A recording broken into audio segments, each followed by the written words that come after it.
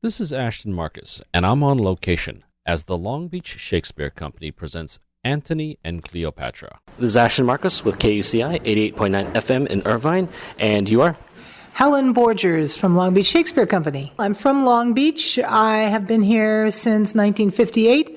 I've been the artistic director of the Long Beach Shakespeare Company since 1997, and I am a well-known radio personality from K-Jazz since 1979. Could you tell me a little bit about the Long Beach Shakespeare Company? Sure. It was founded in 1989 as a nonprofit 501c3, and then they were founded for the purpose of providing free Shakespeare in the parks of Long Beach for underserved community members. And they were known then as the Bard in the Yard. And then in 1997, they underwent a big change in their board, and they invited me to join them, and then eventually asked me to be their artistic director. And we started to perform year-round. Originally, they had only performed once or twice a year, generally in the summer and generally in the parks. And we wanted to perform all year round, so we started touring the Renaissance fairs and museums and schools and parking lots and pretty much anywhere anybody would have us. And then in 2000, we were lucky enough to be given a warehouse to store all of our properties and costumes and things. And so we had a place we could rehearse suddenly, and that was a whole big change for us. But then 9/11 occurred, and the people who had donated the warehouse, it was free to us at that time, took a big business hit, and so we had to move. And we had by that time amassed a whole bunch of property, so we found this place we are currently in. We called it the Black Box Theater. It is now the Richard Goad Theater, thanks to the grant of a very loyal patron. And so now we perform year-round in our own space since 2002. And we changed our name to the Long Beach Shakespeare Company because we thought it was, now that we weren't any longer just in the yard, we thought we would better describe what we do. But we don't just do Shakespeare. We do primarily Shakespeare, but our mission is pro-literacy. So anything that encourages people to read, and particularly read the classics, is what we focus on. Great. So as director, well, I guess you're artistic director, is your position primary casting, or do you do other things? Well, I decide what programs we're going to provide, and then I direct a lot of the plays. I have a few other people in the company that I use as directors, and they're getting to be more so all the time. And so I do a number of things, but I do some of the adaptations of some of the literature that we do, because we do a lot of non-theatrical literature that we decide we'd like to stage. So we've done some Sherlock Holmes stories that we adapted ourselves. And as a matter of fact, and Julie Rivette can talk to you about this, one of the best things that ever happened to us was being granted the privilege of adapting the Maltese Falcon for the stage. It had never been adapted for the stage before. A lot of people had wanted to. But because Dashiell Hammett's granddaughter is on our board of directors, we had an in, and we were granted that privilege. So we adapted it for the stage and produced it. And now when any other company wants to do it, they have to get the permission from the Hammett estate, first of all, to be able to do it at all, and then they have to go through us to get the script, which is nice. So we've been given a lot of national attention because of that, and also a little extra revenue because they have to pay fees to get the rights, the licensing rights. So they have to go through the Hammets first, and then if they're granted the ability to do it, then they come to us. So that was a nifty thing, and we did our own adaptation for that. We've done our own adaptation of quite a number of things, Sherlock Holmes and Dracula and Sir Gawain and the Green Knight and The Legend of Sleepy Hollow and assorted other things. And we also do classic old-time radio plays when we're not doing our main stage shows, just to sort of fill in so that we can continue to get revenue. And those are also literarily determined. We try to do things that have some tie-in with what we ordinarily do. So we do the Sherlock Holmes radio plays, and we do, we've done the War of the Worlds. In fact, we do that every year. That's our anniversary piece. We opened the theater with the War of the Worlds. And we team up with the Planetary Society to do that.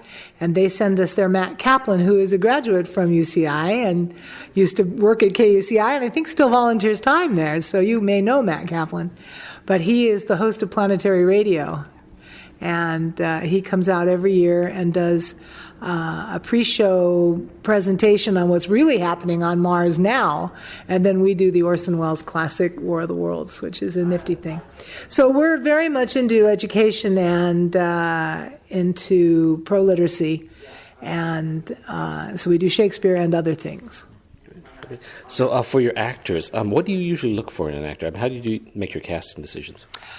Well, we choose a piece that we're going to do, and then we decide what sort of person would be best for those roles, and then we put up what we call a breakdown, and we put that up on the web in all the various different casting places like Actors Access or Backstage or several other places, and we put out the list of things we need, and then people send us bios and photos, and we make decisions based on those submissions, and then we have them come in and audition for us the way any other theater company would. That's pretty much the way we do it.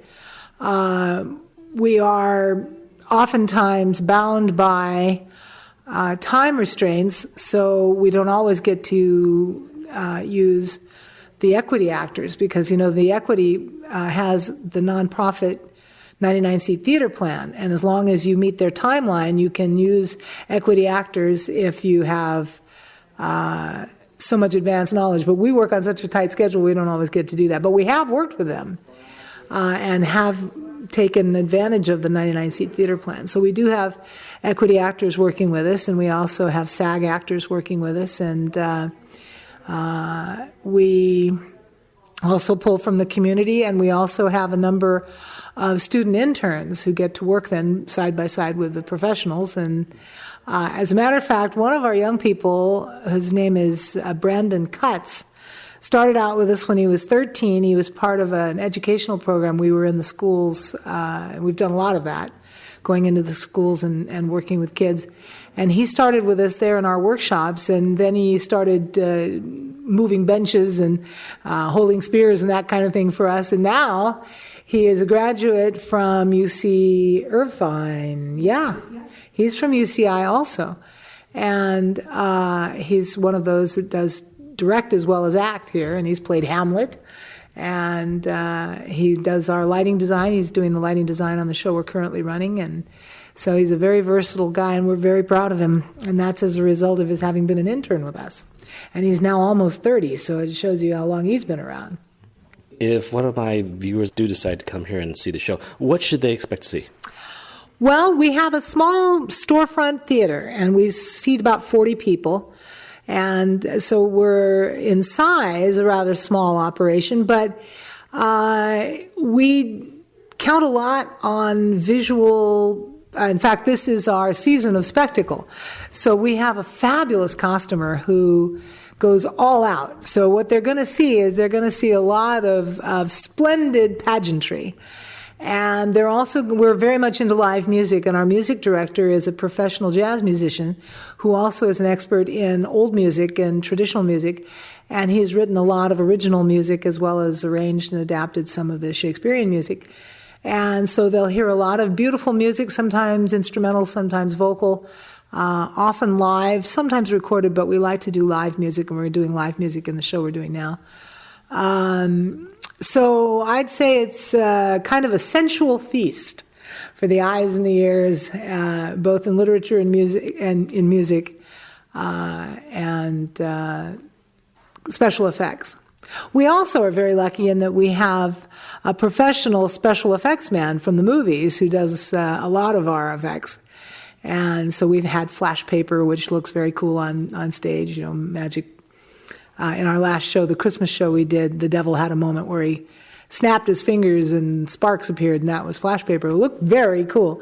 And that's because we have this professional guy who is the man who helped build the Superman suit and the Spider-Man suit, and, he works professionally in movies. And our costumer is also a longtime professional. She worked and learned how to do a 5-camera shoot from Dick Clark, who is about, as good a television man as you could get. And she also knows a lot about promotions. She's been with us now for about 2 years, and she's made a huge difference in the way we look and the way we operate. She's really streamlined our operation. So although we look small, we look very professional, and we put on a good show. We put on the dog. Yeah.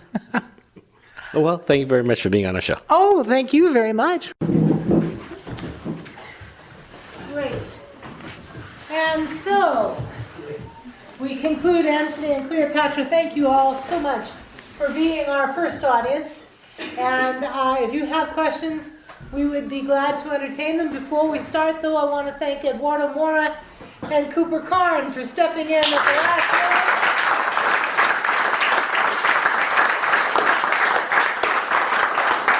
Such a great job, both of you. Thank you so much. And now, anybody have any questions off the top of their heads? I can start the question and answer period, because as I was watching them, I was thinking, it's amazing that so many people have come together for so much work and absolutely no remuneration other than the satisfaction of a job well done. They're not working for money. We're an all-volunteer organization. They are professional actors, but they are here because they want to do classical theater, and this is something you don't get a chance to do in the commercial world much. So if any one of you has anything to address to that, why do you do this? Why do you put you guys through hours and hours of memorization and rehearsal and agony and like that? It's at least I do it because it's wonderful practice and it's wonderful work. I think the beauty of Shakespeare and how he writes is with an energy and with a pattern. When these shows were performed originally, it was performed for people that could barely afford to see these shows. They paid a penny. They didn't have very much education. And they didn't know what was being said. It's just like you. These words hit you and what the hell are they saying? But at the same time, they knew exactly what was going on because of this energy and the way that he writes. And as an actor, to study that and understand how to tackle language is the most important thing, because it always begins with text. For an actor, it always begins with text. From there, you build into the story. From there, you take a character's problems and you make them your own. And that's the beauty of Shakespeare, is it provides you such a great platform to do that. I know that you in particular did a lot of research for this, and Stephen, was it from Asimov that you learned all that about the early Roman? Yeah, he did. He did do a lot. I researched a lot about this time period, and it was from him. He talked a lot about globalization, which really started in this time period, the Roman Empire. They learned how to get on these ships and get things across the Mediterranean really fast, and that's why throughout the play you see letters. We find out things really, really fast, and this is something that started in this time period. People receiving information that fast, and this is how the play goes.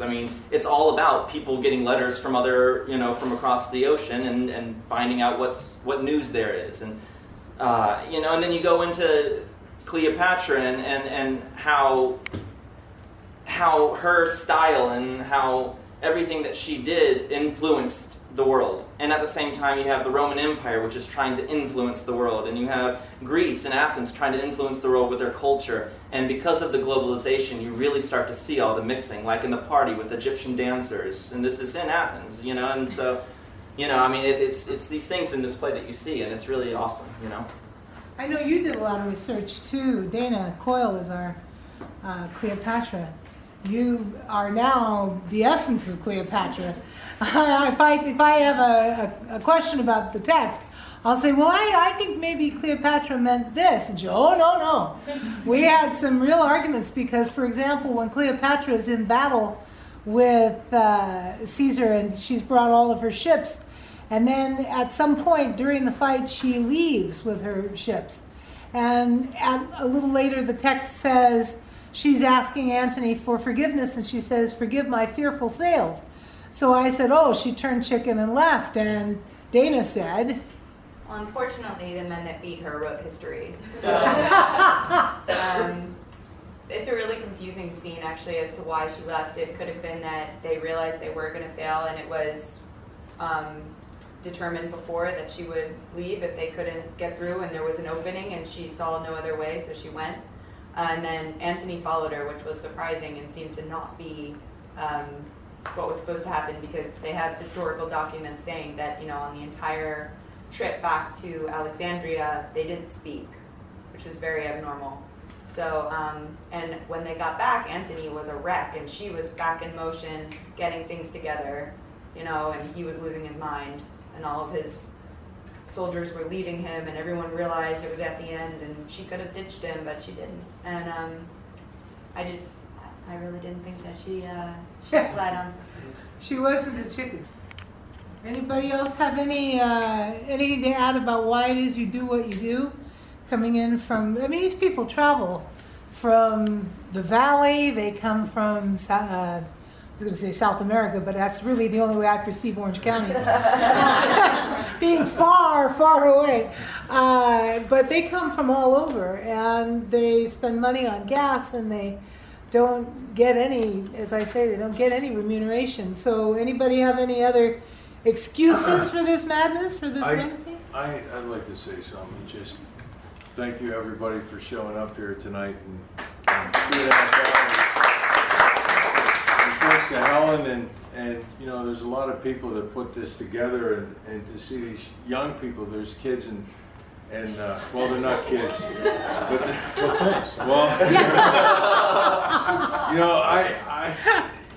I came out here in '89 and just sort of stumbled into acting to just practice and audition, and next thing you know, I was in my early 20s and doing film and television, some, but it wasn't till I was working as an actor about 6 years that I got to do a play, and that's unheard of. But things were shot out of sequence, so it was wonderful to be able to start something and to include the people and the whole experience. And we had a guy that played 3 different roles, and then all of a sudden these guys step in and it's a lot. It's a lot to walk into. It's a living organism, and it's wonderful. And it is a living organism. It is. Antony and Cleopatra will be playing at the Long Beach Shakespeare Company from February 27th to March 21st. For more information, go to www.lbshakespeare.org or search for AMB Theatre on